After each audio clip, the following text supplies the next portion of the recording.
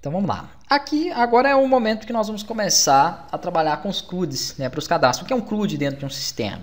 São as ações de inserção, edição, consultas e tudo mais que você precisa fazer para poder alimentar o seu banco de dados. Eu tenho uma sequência aqui que eu fiz no sistema, né, no curso de desenvolvimento de sistemas web, que foi o primeiro módulo aí do desenvolvimento do sistema de oficina. E eu falei para vocês, ou pelo menos para quem acompanhou, né, naquela ocasião, que aquela estrutura que eu estava montando serviria para todo e qualquer tipo de sistema. E aí o que eu fiz? Eu até peguei aqueles scripts utilizados e coloquei aqui, ó. Então vocês vão receber uma pastinha aí também com scripts utilizados, onde eu tenho um passo a passo que você pode seguir para conseguir montar toda a estrutura, a base inicial do seu sistema. O que vai mudar de um sistema para o outro são as rotinas, né? Algumas tabelas no banco. É claro que aqui não é um sistema mais para oficina, então nós não temos um painel mecânico, eu tenho outros tipos de painéis com outras necessidades, mas essa estrutura se mantém. Então a primeira coisa que eu tenho que fazer é comunicar o meu projeto com o banco de dados. E é o primeiro script que eu pego, já está vazio, hein? Eu não tinha visto isso. Então vamos corrigir isso aqui. Prontinho, já preenchi ele, ó, com um script que nós utilizaremos sempre para as conexões, tá? Que é basicamente esse aqui. Primeiro, ele me fala que eu preciso de ter um arquivo config.php, onde estarão algumas variáveis que nós utilizaremos dentro do sistema. De fato, eu não estava lembrando disso, mas vamos lá. Vem aqui então na pasta de arquivos do curso, vem com o botão direito sobre a raiz sempre vai ser a pasta que você criou lá dentro da HTDocs, a primeira, tá? No meu caso é a escolar, e eu vou criar aqui um novo arquivo. Vou dar um Ctrl S e vou chamar de config.php. Pronto. Além dele, eu também vou ter o arquivo de conexão, que é esse que nós vamos fazer agora. Então vou dar um Ctrl S e vou criar o conexão.php. Beleza.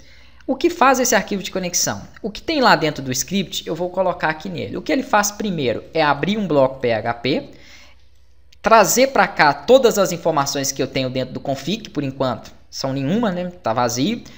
Setar o local de onde você está desenvolvendo para que ele possa buscar data, hora, com base nesse fuso horário aqui, tá? Aqui eu estou em Belo Horizonte, mas nós podemos utilizar o fuso horário de São Paulo, que é o mesmo. Então, se você está em algum que tenha fuso horário diferente desse tipo aqui, aí você pode utilizar, que eu acho que o de Manaus é diferente, então América / Manaus.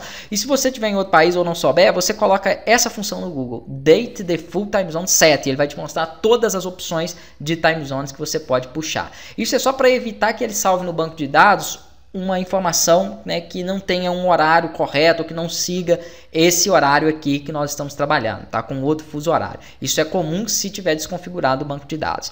O que mais importa para isso aqui rodar, não precisa pagar não, mas só isso aqui, ó, é só essa linha que faz a conexão, tá? Aí aqui ele passa o nome do banco de dados, o nome do servidor, a senha e o usuário. Só que desse jeito que tá, ele já tá com um tratamento, né? O try-catch, ele faz o seguinte, se ele começa a rodar o que tem no try e encontra um erro, ele mostra essa opção aqui abaixo, ó, erro ao conectar com o banco de dados, e mostra a exceção, que é o motivo do erro que ele encontrou. Então é interessante você utilizar nessa conexão um try-catch. E aqui em cima você passa para a função PDO, lembrando que nós vamos trabalhar com PDO e não com MySQL nem nenhuma outra, tá? É mais seguro e vai ter aí um nível de reaproveitamento melhor também.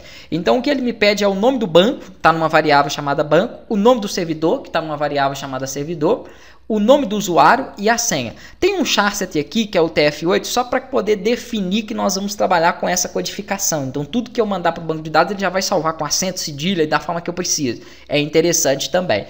Agora, eu não tenho os dados, né? Eu não tenho os valores, eu só tenho variável. Por que eu não tenho? Porque nós não vamos colocar esse tipo de informação em nenhum outro arquivo que não seja o config. Então, todas as informações, nome do site, URL, e-mail do administrador e várias outras que nós vamos utilizar vão estar aqui nesse config. Isso para quê? Para facilitar para o desenvolvedor. Você não tem que ficar abrindo vários arquivos para poder configurar o projeto para o seu cliente, ou até mesmo para você, se você estiver desenvolvendo para você próprio. Então aqui você vai simplesmente mudar no config. Vou pegar um exemplo aqui que eu tenho de config de oficina mesmo, ó.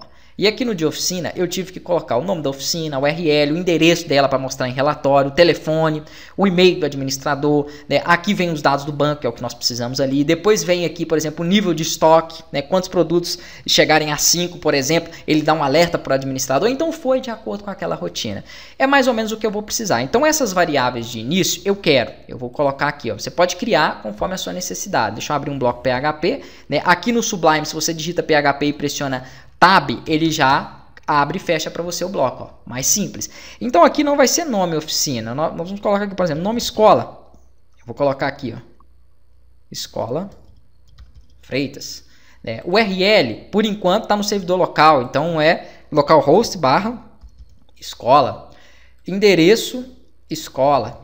E aí você pode até inventar já um endereço aqui por enquanto, né? Telefone também, porque se eu precisar em alguma página de mostrar, é daqui que eu vou pegar. Se eu tenho isso em 50 páginas e depois eu preciso fazer uma alteração, basta alterar aqui, ó, porque ele vai estar pegando toda aquela referência.